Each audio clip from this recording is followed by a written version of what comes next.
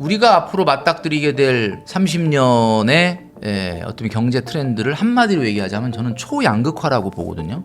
이 초양극화가 뭐냐? 서울의 84제곱미터 중에 제일 비싼 아파트가 70억 하는 시대, 제일 싼 아파트는 4억 9천. 그럼 이런 시대에 여러분들이 노후에 언젠간 여러분도 나이 먹고 힘이 없어지고 체력이 떨어지게 되는데, 그때 서울의 수도권의 광역시에 아파트 한 채도 없다 그러면 여러분들이 인플레이션의 공격을 뭘로 방어할 건지 저는 상당히 끔찍하다.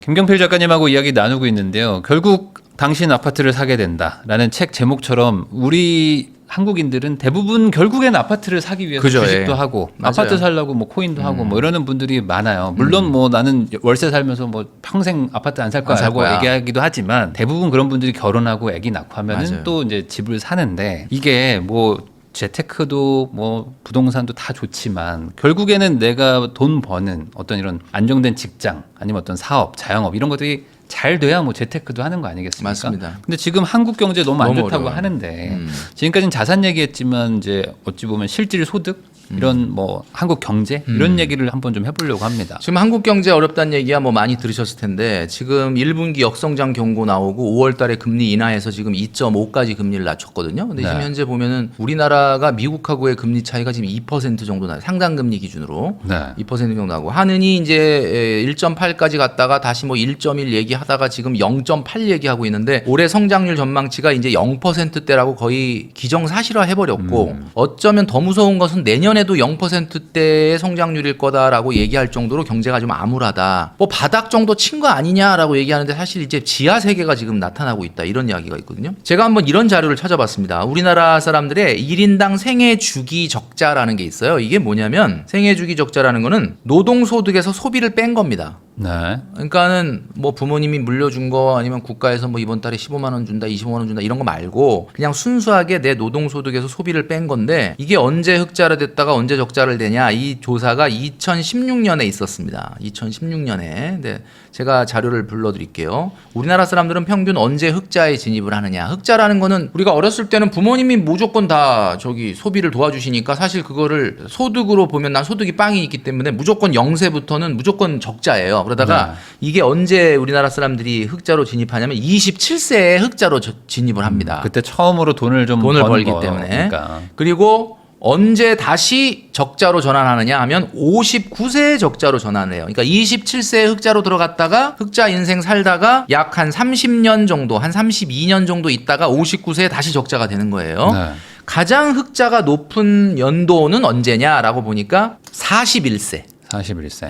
네, 41세. 자, 41세가 정점이고, 그때 얼마가 연간으로 흑자가 나냐면 3,209만 원이 흑자가 나는, 이게 최고치입니다. 이게 언제 자료냐 봤더니 2016년이니까 무려 뭐 지금 벌써 한 10년 가까이 된 그런 자료예요. 자, 이거 이후에 2022년도에 다시 이 자료가 공개가 됐는데, 몇 년 후냐면은 6년 정도 후죠. 근데 물론 뭐 지금하고는 조금 차이는 있지만 그래도 가장 최근래에 1인당 생애주기 적자의 추이를 보니까 똑같은 방법으로 했는데, 흑자 진입 시기가 28세로 1년 늦어졌습니다. 아무래도 뭐 사회 진출 연령이 좀 늦어지는 것 같아요. 6년 만에 28세로 늦어졌고, 적자로 전환되는 시기는 조금 더 늦어졌습니다. 이건 좀 다행이죠. 61세로 늦어졌어요. 이거는 이제 뭘 보면 알 수 있냐면은 우리나라 사람들이 60대 이후에도 경제 활동을 멈추지 않는다, 이렇게 말씀드릴 수 있는 거고, 가장 중요한 인생의 최대 흑자 기간이 아까 6년 전에는 41세에 3,200만 원 정도 수준이었는데 지금은 아니죠. 2022년 기준으로 43세에 1,753만 원. 많이 내려갔네요. 자, 이게 이제 제가 말씀드리려는 게 이거예요. 그러니까 무슨 얘기냐면, 인생에서의 최대 흑자 기간 연령이 41세에서 43세로 늦어졌습니다를 얘기하려는 게 아니라, 최대 적자 금액, 이게 우리나라 전 국민을 사실은 대상으로 한 거니까 사실은 평균이라는 게 요즘은 뭐 산 의미는 없다라고 하지만 꽤 의미 있는 자료라고 보거든요. 3,209만 원이었던 최대 흑자 금액이 불과 6년 만에 1,753만 원. 이거 반토막 나다. 반토막. 그러니까 이 얘기는 무슨 얘기냐면, 지금 대한민국 국민들이 얼마나 가난하냐? 돈을 한창 벌고 있는 때에도 불과 6년, 7년 전에 비해서 이렇게 가난해졌다라는 이야기예요. 그러면 제가 뭐 제 유튜브에서도 말씀드리고 우리 부일남 TV에 나와서도 여러 번 말씀드렸는데, 소비에 대해서 여러분 그냥 아이 뭘 저런 걸 아껴 이러지 말고 제발 좀 이걸 좀 컴팩트하게 좀 이렇게 꼭 하셔라라고 여러 번 얘기했는데 이런 거 할 때마다 맞아요 하고 이렇게 댓글 달아주시는 분도 있지만 그렇게까지 하냐 네. 뭐 이렇게 얘기하시는 맞아요. 분이 있단 말이에요. 근데 저는 그렇게 얘기하시는 분 좀 덜 힘든 거예요. 진짜로. 여러분 이게 지금이야말로 대한민국이 정교하게 여러분들 내가 돈 안 쓰면 대한민국 경제가 무너질 것 같아서 돈을 쓰시는지는 모르겠는데 제가 봤을 때는 지금 여러분 불필요한 소비를 필요한 소비를 하지 말라는 건 아닙니다. 여러분 필요한 건 당연히 해야 되죠. 근데 불필요한 소비를 막아주셔야 된다. 그 불필요한 소비가 제가 보일람TV에 나와서 몇 번 말씀드린 적이 있었지만 이번에 좀 업그레이드를 했어요. 네. 네, 그래가지고 오늘 우리 보일람TV 구독자 여러분들에게 그동안에 이야기했던 하면 안 되는 소비에서 약간 업그레이드 된 게 뭔지 네. 그거에 대해서 오늘 말씀을 드리도록 하겠습니다. 알겠습니다. 네. 제가 그전에 말씀드렸던 것 중에 슬기로운 소비생활 10가지라는 게 있었습니다. 이게 뭐냐면 뭐 예를 들면은 점심 회식 되도록이면 좀 구내식당에서 먹고 네. 커피도 좀 한 잔만 마시고 그다음에 택시는 꼭 기본 요금은 좀 타지 말아라. 뭐 1.5km에서 내리는 건데 그거 뭐, 네. 뭐 이런 얘기. 그다음에 뭐 주거 비용도 몇 프로라 뭐 이런 내용인데 요 얘기를 왜 제가 업그레이드를 했냐면 많은 분들과 이제 이런 뭐 강연이라든지 또는 무슨 다른 유튜브나 방송에서 그런 얘기를 하면서 이제 많은 또 피드백을 받으면서 제가 그 얘기를 듣다 보니까 현실적으로 조금 뭔가 좀 수정을 해야 될 게 있구나라는 걸 느낀 거예요. 일단 점심 외식입니다. 10가지니까 일단 중요도 순에서 조금 중요도 순 낮은 것부터 해볼게요. 일단 12. 좀 중요도 순으로 봤을 때. 점심 외식은 일주일에 2일 이하로 하자. 제가 이렇게 고쳤는데. 점심 외식. 점심 외식이 뭐냐? 여러분 아시겠지만은 점심 식사 비용이 너무 비쌉니다. 너무 비싸요. 진짜. 예, 물론 요즘은 급식을 하는 이 구내식당도 가격이 6, 7천 원 하긴 하더라고요. 근데 여러분 굳이 구내식당이 있다 그러면 구내식당에서 식사를 하셔라. 왜냐? 우리가 먹기 위해 사는 게 아니라 살기 위해 먹는 거다. 물론 우리가 어떤 이벤트 때 좋은 레스토랑에 가서 좋은 식사를 하거나 이런 것들은 진짜 그거 하려고 돈 번 거지라는 이야기를 할 수는 있겠지만 우리가 점심에 밥 먹는 건 오후에 에너지 때문에 먹는 거 아닙니까? 그러니까 그럴 때일수록 여러분 되도록이면 구내식당을 이용하자. 2일 이하로 하자. 이렇게 말씀드리고 싶고요. 두 번째 9위는 요거는 뭐 그전하고 똑같아요. 기본 요금 택시가 4,800원인데 4,800원이 자꾸 너무 많이 찍힌다는 거는 습관이야. 4,800원이면 1.3km, 1.5km인데 사실 요즘 같은 땐 너무 더워서 뭐 걷긴 좀 힘들긴 하겠지만은 웬만하면은 조금 서둘러서 그 택시 타는 일은 없게 하자. 뭐 오히려 7,000원, 8,000원짜리는 타도 돼요. 그건 어쩔 수 없는 상황적인 측면이 있으니까. 자, 8번째는 말이죠.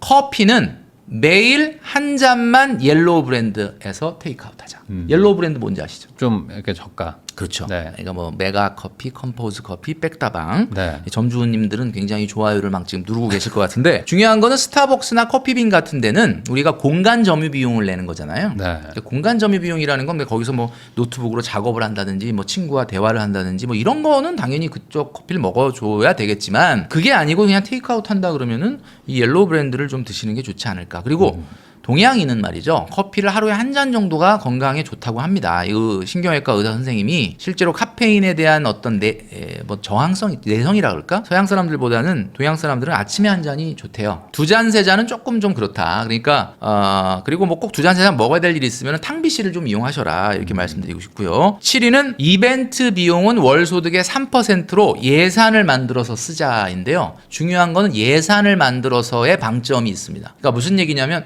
내가 월급이 300이야. 그러면 3%면은 9만 원, 10만 원인데 네. 한 달에 9만 원, 10만 원이면 충분할 것 같은데 안 충분합니다. 이게 왜 그러냐면 엄마 생일, 아빠 생일, 어버이날, 결혼하신 분은 곱하기 2예요. 거기다가 자녀 생일, 형제 생일, 그죠? 배우자 생일, 뭐 친구들 있잖아요. 생일도 있고 뭐. 그러니까 친구도 이런 있고. 거를 조금 예산을 잘 잡아서 쓰자라고. 무분별하게 너무 기프티콘을 날리는 것은 여러분 인간관계에 좋다고 보실 수도 있겠지만 조금 자제할 필요가 있지 않을까라는 말씀을 드리는 거고요. 네. 6위는 바로 신상 옷인데 최근엔 여름이니까 뭐 옷을 사도 조금 부담 상대적으로 없을 수는 있지만 어쨌든 계절이 바뀔 때 신상 옷은 경년제로 사자. 경년제라는 게 뭐예요? 이제 아직 한참 남긴 했지만은 이제 가을이 다가온다 그러면 가을 옷은 작년 가을에 샀다 그러면 올해는 조금 샀던 걸로 좀 돌려 입으시는 게 좋지 않을까. 네. 그리고 이제 내년에 사라 이런 이야기죠. 자, 그다음에 문화 레저 비용은 소득의 10% 이내로 하자였는데 여기 문화 레저 비용 안에 뭐가 들어갑니까가 엄청 댓글에 많이 나오고 막 물어보시더라고요. 문화 레저 비용 10% 그러면은 우리 대표님만 해도 소득의 10%를 문화 레저 비용으로 쓴단 말이야. 이렇게 사실은 이제 40대 넘은 분들은 약간 그런 생각을 하는데 요즘 MZ 분들은 문화 레저 비용으로 10% 훌쩍 넘깁니다. PT, 요가, 필라테스에다가 여기에 이미용이 들어가거든요. 네. 이미용 성형까지 들어가요. 레이저 좀 쬐주면은 그다음에 네일 아, 아트나 그렇죠. 요즘은 이제 여름이니까 핑거 네일만 하는 게 아니라 또 토우 네일도 한단 말이에요. 네.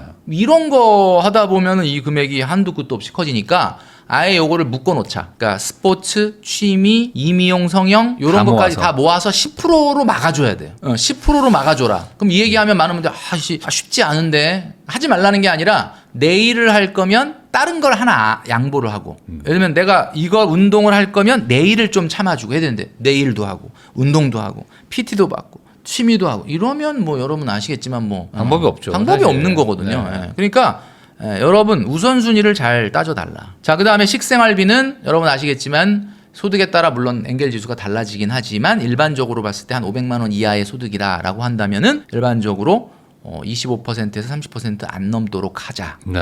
25%에서 30%를 안 넘게 하려면은 구내식당을 열심히 이용해야 되고 시장을 조금 봐야 돼요. 1인 가구라도 시장을 좀 봐야 돼요. 왜냐면 1인 가구가 시장 보려고 그러다가 오이 한 개 감자 하나 어떻게 사냐 그러지만 이걸 재래시장을 가면 내고가 됩니다. 네. 저 2인 가구라서 그런데 이거 하나 안 돼요. 그러면 그냥 가져가 반개 뭐 이런 분들도 있고 네. 그러니까 사실은 좀 귀찮지만 일주일에 주말에 한 끼는 요리한다.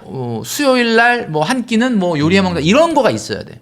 너무 배달 외식에만 의존하면 건강에도 좋지 않다. 그리고 또 이제 요리도 요즘에는 좀 갖춰가지고 막 제대로 하려고 맞아요. 하시는 분들이 많은데 맞아요. 그냥 가볍게 그냥 아니 뭐 갇혀서 하는 건 나쁘지 않다고 봅니다. 네. 물론 그것 때문에 막 돈을 쓰고 막 요리 도구를 산다 그러면 뭐 차라리 그게 사 먹는 게 싸신 분들이 그럴 수도 많거든요. 있죠. 근데 이제 그것이 어떤 취미의 영역이냐 아니면 네. 진짜 실생활의 영역이냐에 따라 다르겠지만 네. 그 다음에 이제 제가 늘 강조드리는 거는 이제 우리 부일남 TV를 보시는 많은 분들 중에 이제 뭐 지방이나 광역시에 있는 분들은 상대적으로 조금 덜 고민일 수 있지만 서울에 거주하시거나 수도권인 분들은 수도권 쪽은. 주거 비용 얘기는 네. 주거 비용은 말 그대로 비용입니다. 돈 나가고 다시 돌아오질 않아요. 그래서 이거는 무조건 월 소득의 15% 이내여야 한다. 월 소득의 15% 이내가 되려면 어떻게 해야 되느냐? 사실은 뭐 우리 회사가 굉장히 경기도 외곽에 있어가지고 회사 근처를 갔더니 되게 싸다. 그러면 너무 행운인데 그게 아니고 뭐 판교나 강남이나 뭐 우리가 뭐 여의도에 있다 이러면은 회사 근처로 가면은 비싸지잖아요. 이런 경우는 통상적으로 도어투도어로 한 50분 1시간 정도 출근 거리는 감수를 하셔야 돼요. 그래야 돈을 모을 수가 있다. 그 다음에 이제 여름 휴가철이죠. 늘 말씀드리면서 욕을 제일 많이 먹고 있는 것 중에 하나인데 여행 경비는 연소득의 5%. 이 얘기할 때가 좀 가슴이 아프긴 합니다. 왜냐면 요즘 MZ들이 이제 이 경험 자산이 여행이다 그래가지고 여행에 좀 돈을 많이 쓰시는데 연봉의 5%인 이유가 있어요. 여름 휴가지나 여행지에서 보내는 날짜가 며칠인지를 한번 세보세요. 그러면은 뭐 한 많이 써야 일주일일 것 일주일 같은데. 열흘 뭐 네. 이런 정도죠. 네. 그러면은 이게 365분의 10이잖아요. 365분의 7이잖아요. 2%예요. 3%, 2%, 3%. 2%, 3%의 날에 5% 쓰라고 하는 거예요. 그 플렉스 아닙니까? 이 정도면 플렉스인데 5%보다 더 써야 되겠다라고 하면 좋아요. 그러면 더 쓰시는 대신에 제가 지금 여태까지 12부터 3위까지 얘기했던 다른 것 중에 뭔가 하나 양보를 하셔야 돼요. 뭐 PT를 다 끊어버리는 그렇지. 건지. 네. 그러니까 한마디로 얘기하면 나는 5%를 쓰는 게 슬기로운 소비 생활이었지만 난 10% 쓰는 대신에 난 네일 같은 거 안 하고 뭐 취미도 그냥 자전거 타고 뭐 PT 안 받고 그다음에 그런 데 쏟던 거 안 하고 뭐 택시도 진짜 맨날 탔었는데 안 타고 뭐 이런 거 대신에 나는 여행에 10% 쓰겠다. 뭐 그런 건 좋습니다. 그거는 아무 문제 없다. 그러니까 이게 결국에는 과거보다 뭐 소비를 더 많이 하게 된 것 같아요. 예전 한 2016년도 대비 지금 2022년, 뭐 25년 맞아요. 되니까 예전에는 안 하던 소비가 이제는 약간 필수 소비화가 맞아요. 돼버리면서. 그러니까 우리가 생애주기 적자가 왜 늘어났을까? 왜 반토막밖에 금액이 흑자가 줄었을까 생각해 보니까 우리 대표님 좀 전에 얘기했던 것처럼 옛날에는 안 쓰던 돈을 쓰게 된 거야. 예전에는 그리고 뭐 저가 커피든 뭐든 이런 것도 안 먹고 실제로 먹었어요. 탕비실에서 많이 먹었거든요. 맞아요. 그냥 커피 한 잔씩 하려면서 탕비실에서 먹다가 이제는 뭐 당연히 들고 다녀야 되고. 맞아요. 그러니까 네. 네일 아트도 사실은 처음엔 참 뭐 왜 저래 이랬는데 요즘은 그냥 너무 보편화되니까 그 정도는 해야 되는 거 아닌가. 또 여름철에 이렇게 또 뭐 그 노출이 좀 있는 시기에는 좀 이렇게 손 같은 거 좀 이렇게 여자분들 같은 경우는 많이 하시는데 네. 뭐 그 가격을 물어보니까 제가 뭐 이렇게 색깔만 칠하는 거는 얼마 안 돼도 뭐 막 반짝반짝하는 게 붙고 그러면 또 막 10만 원 넘는 것도 있다고 하더라고요. 맞아요. 그러니까 하여튼 그런 면에서 뭐 좋다 이거예요. 근데 이제 우선순위를 잘 정하셔라 라고 말씀드리고 싶고 마지막으로 늘 이제 화두가 되고 있는 게 자동차입니다. 네. 자동차에는 내구재라고 볼 수도 있지만 사실 내구재라는 거는 굉장히 많은 돈을 한꺼번에 지불하지만 일정 기간 동안 그 성능이 유지될 것이라는 것 때문에 많은 돈을 한꺼번에 내는 거죠. 뭐 우리가 청소기 산다. 청소기를 비싼 돈 주고 하지만 얘가 한동안 이 청소를 해줄 거라는 그 믿음 때문에. 그렇지만 네. 돈이 나가진 않잖아요. 전기 요금 뭐 조금 나가는 거 말고는. 그런데 차는 내구재면서 왕창 돈을 주고 샀는데 계속 돈이 나가요. 어느 정도로 나가느냐. 여러분 아시겠지만 대한민국의 자동차 가격의 1%가 월 감가됩니다. 월 5천만 원짜리 차를 사면 한 달에 50만 원씩 감가되면 1년 지나면 600만 원의 차값이 사라지는 거예요. 네. 그러면 그거는 여러분들이 계산하는 뭐 보험료, 통행료, 뭐 과태료, 뭐 주유비, 주차비, 세차비, 수리비, 대리비, 발렛비 이런 거의 유지비와 별도로 차라는 것 자체가 원래 계속 소비가 되고 있는 거죠. 그렇게 따진다면은 제가 계산을 해보니까 소렌토 4천만 원짜리 한 대를 뽑으면은 주말만 탔을 때 총 유지비가 감가까지 따져서 120 정도 나옵니다. 한 달에요? 한 달에 감가까지 따지면. 네. 그러면은 월급 300인분이 소렌토를 딱 뽑았다. 그러면 그날부로 월급이 180 되는 거야. 이거 어떡할 거냐. 네. 이거 180 됐는데 이 사람이 돈을 모을 수 있겠냐. 아, 못 모으죠. 못 모으죠, 이건. 네. 그러니까 이거는 근본적으로 제가 하지 마라, 하지 마세요의 문제가 아니라 이건 여러분 생존하고 달려있는 문제예요. 네. 그러니까 이건 무슨 생존의 문제를 얘기했더니 거기다 대고 그것도 안 타고 어떻게 아니 그럼 뭐 생존을 포기하겠다는 건지 난 이게 그게 이제 그래서 제가 말씀드리지만 이렇게 얘기하면은 많은 분들이 조금 어려움을 토로하는데 수도권과 광역시는 400만 원 소득이 넘기 전에는 사면 안 됩니다. 네. 읍면동 지역에 산다. 네. 그러면 진짜 버스가 안 오니까 어쩔 수 없이 뭐 그죠? 뭐 캐스퍼를 사든 뭐 네. 레일을 사든 사긴 사야 되는데 그게 아니라고 하면 수도권이나 광역시 같은 경우는 400만 원이 넘으면은 몰라도 400만 원이 안 되면은 사실은 사면 안 되는 거죠. 네. 그리고 이제 말씀하셨던 뭐 읍면동 뭐 리 이런 데 사시는 분들은 당연히 차가 필요한데 그렇죠. 그분들은 반대로 또 주거비가 또 세이브가 많이 되니까. 맞아요. 예. 그러니까 또 상세가 거기서 되는 그 부분도 부분을 있잖아요. 글로 옮겨서 쓰고 있는 거죠. 네. 근데 여러분들이 대도시에 살면서 주거비용 내면서 차까지 뽑으면서 해외여행을 가면서 네일 아트를 하면서 그다음에 아우씨 내 아파트 언제 생기는 거야 이러면 이건 진짜 예. 그러니까 제가 이제 오늘 이제 아파트 얘기를 했는데 이 아파트라고 하는 거를 언젠가는 사게 된다라고 말씀드렸는데 네. 중요한 건 1인 가구가 사실 소비할 거 다 하면서 아파트 사기는 불가능에 가깝거든요. 1인 가구 돈으로 혼자 아파트 못 사요. 네. 그럼 누구 돈이 들어가야 되냐? 당연히 남친, 여친 돈이 들어가야 돼요. 그러니까 1인 가구는 상당히 어렵다. 그러니까 내 돈에 미래 배우자 돈이 들어가요. 그럼 내 돈과 미래 배우자 돈 합쳐지면 살 수 있냐? 솔직히 쉽지가 않아요. 거기에 누구 돈이 합쳐져요? 엄마 돈이 들어가요. 엄마 돈 없는 사람은 어떡하냐? 엄마 돈이 있느냐 없느냐가 중요한 게 아니고 내가 집을 아파트를 당장은 아니지만 5년 10년 후에 사겠다라고 열심히 노력하는 자녀를 본 부모는 어떻게든 도와주려고 그래요. 뭐 이렇게 못 주면 돈을 빌려라도 줄게. 제가 수많은 분을 인터뷰하면서 느낀 건데 사회활동에서의 네트워킹도 중요하지만 부모님과의 의사소통이 좋아. 내가 얼마나 노력을 하고 있는지를 보여주시면 부모님이 물론 뭐 억지로 부모님 등골을 빼라는 게 아니라 그러니까 내 돈에 미래 배우자 돈에 엄마 돈이 들어오죠.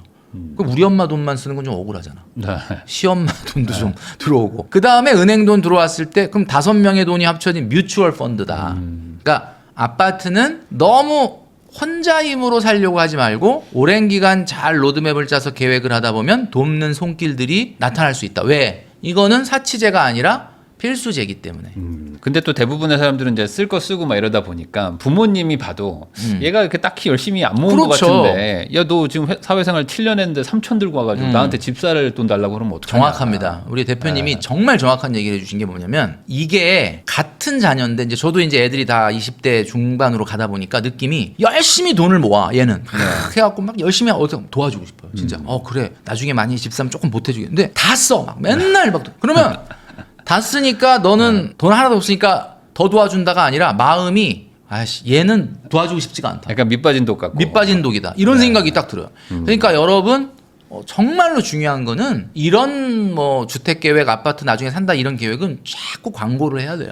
네. 그래야 돕는 손길이 오지 부모님하고의 대화에 있어서 좀 여러분들이 그런 대화를 좀 많이 하시면은 굉장히 도움이 된다. 좀 저는 말씀드리고 비전을 가지고 내가 왜 모으는지 어떻게 할 건지를 좀 맞습니다. 알려줘야 사실 주변에서도 또 도움을 줄 수 있으니까. 그럼 이제 마지막으로 아마 이제 반론일 수도 있는 것 같은데 네. 뭐 차나 아니면 어떤 뭐 화장품 뭐 다이어트 이런 것들을 하지 않으면 그러니까 과거랑 시대가 바뀌었다. 이제는 시대가 맞아요. 바뀌었기 때문에 이런 것들을 하지 않으면 연애나 이런 것들도 어렵기 때문에 결과적으로 이제 둘이서 모아서 뭐 양가 부모님의 돈을 합쳐서 집을 사야 된다고 하셨지만 이런 돈을 안 쓰면 이제 결혼 자체가 어렵다. 결혼도 안 되고 연애도 안 된다. 요즘 아예 연애를 못 하는 분들도 많으니까. 그래서 난 결국 좋은 사람 만나려면 할 수 없이 이 필수 비용이다. 이런 논리들도 많거든요. 예. 네. 일리 있다고 봅니다. 네. 근데 진짜 그런 논리를 펴시는 분이 이게 진실인지 아닌지는 본인만 알고 있는 거예요. 저는 몰라요. 진짜 그 얘기를 하면서 내가 진짜 열심히 살고 싶고 결혼해서 또 아이도 낳고 아파트도 사고 하고 싶은데 진짜 요게 약간 걸림돌이다라고 해서 얘기하는 건지 네. 아니면 저기 뭐 연애하려면 차 있어야 돼요. 그 얘기를 하면서도 본인이 진짜 그게 목적인지 아니면 다른 게 목적인지는 아마 본인만이 잘 알 거다라고 보는데 진짜 그게 목적이다라고 하면 뭐 저는 좋다고 봅니다. 적당한 선에서 그런 투자다라고 생각하는 것은 사람이라는 게 그렇잖아요. 계획이 다 있다. 그거는 그 사람은 누가 말리겠습니까? 그 계획대로 하시는 거죠.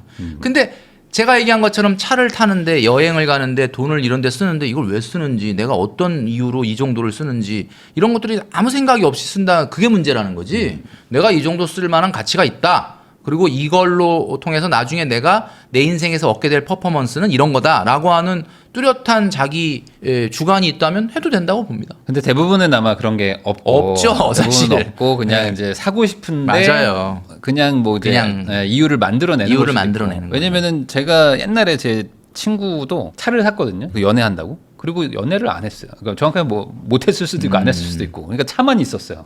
참아. 약간 얘기가 안 맞는 거죠. 근데 그럴 수도 있는 거라서 사실 이제 계획이 있냐 없냐 이걸 가지고 좀 판단을 좀 해봐야 된다. 그러면 뭐 원론적인 질문일 수도 있는데 그렇게 해서 결국 집을 사야 되나요? 라는 질문들을 많이 하거든요. 네. 꼭 집을 사야 되냐, 뭐 꼭 결혼을 해야 되냐, 그냥 좀 즐기면서 혼자 살면 안 되냐 이런 얘기들도 많아요. 그렇죠. 예. 그런데 이제 사실 지금 우리의 라이프 사이클이 과거에 비해서 많이 달라진 것이 90년대생들의 평균 기대여명이 90대 중반까지 나오고 있고 네. 그 얘기는 평균보다 더 안 건강해도 90대 중반까지 갈 가능성이 높고 그러면은 인류 역사상 퇴직하고 나서 일을 손에 놓고 나서 15년 이상을 더 살았던 인류는 없었거든요. 지금 아마 지금의 MZ 세대 분들이 거의 처음이지 않을까.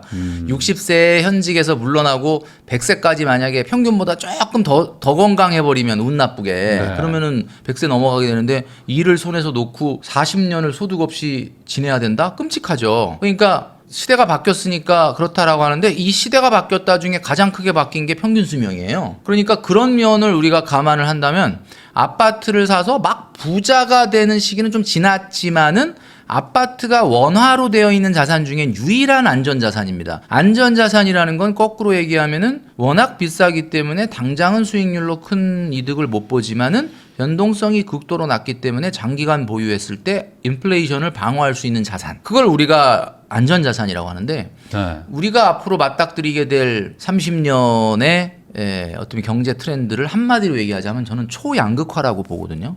이 초양극화가 뭐냐?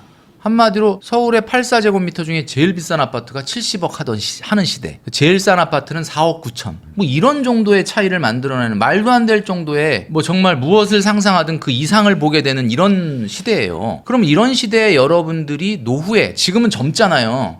그러니까 뭐 내가 돈 없어도 젊기 때문에 모든 게 커버가 되는데 언젠간 여러분도 나이 먹고 힘이 없어지고 체력이 떨어지게 되는데 그때 서울의 수도권의 광역시에 아파트 한 채도 없다 그러면 여러분들이 인플레이션의 공격을 뭘로 방어할 건지 저는 상당히 끔찍하다. 아파트를 사서 부자가 되지는 못하지만 아파트를 안 샀을 때 치러야 될 대가는 상당하다라는 것을 여러분들이 꼭 기억을 하셔야 됩니다. 왜냐하면 인플레이션은 사라지지 않기 때문에.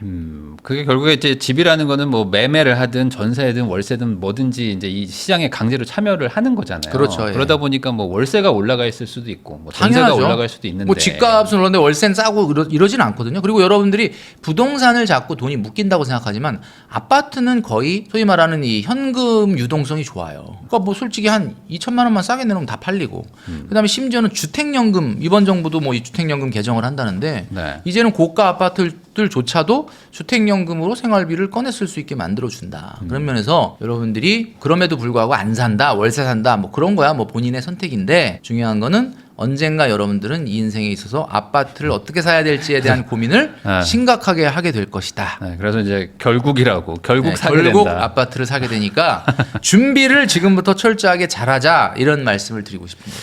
지금까지 머니 트레이너 김경필 작가님 모시고 이제 뭐 경제 얘기부터 뭐 부동산, 뭐 주식까지 다양한 이야기 나눠봤습니다. 근데 결국에 가장 중요한 거는 말씀하신 것처럼 미래를 대비할 수밖에 없다. 이제는 기대 여명이 너무 길어진 시대다 맞아요. 보니까 내가 평생 젊을 거라고 생각해도 안 되고 오히려 더 이 달라진 인간의 어떤 수명이라든지 이런 것들을 고려해서 역설적으로 더 재테크를 잘해야 되는 맞습니다. 시대인 것 같기도 하다는 생각도 좀 듭니다. 귀한 시간 내주셔서 시청해주신 거 다시 한번 감사하다는 말씀 전하면서 저도 인사 나누도록 하겠습니다. 오늘 나와주셔서 감사드립니다. 네, 감사합니다.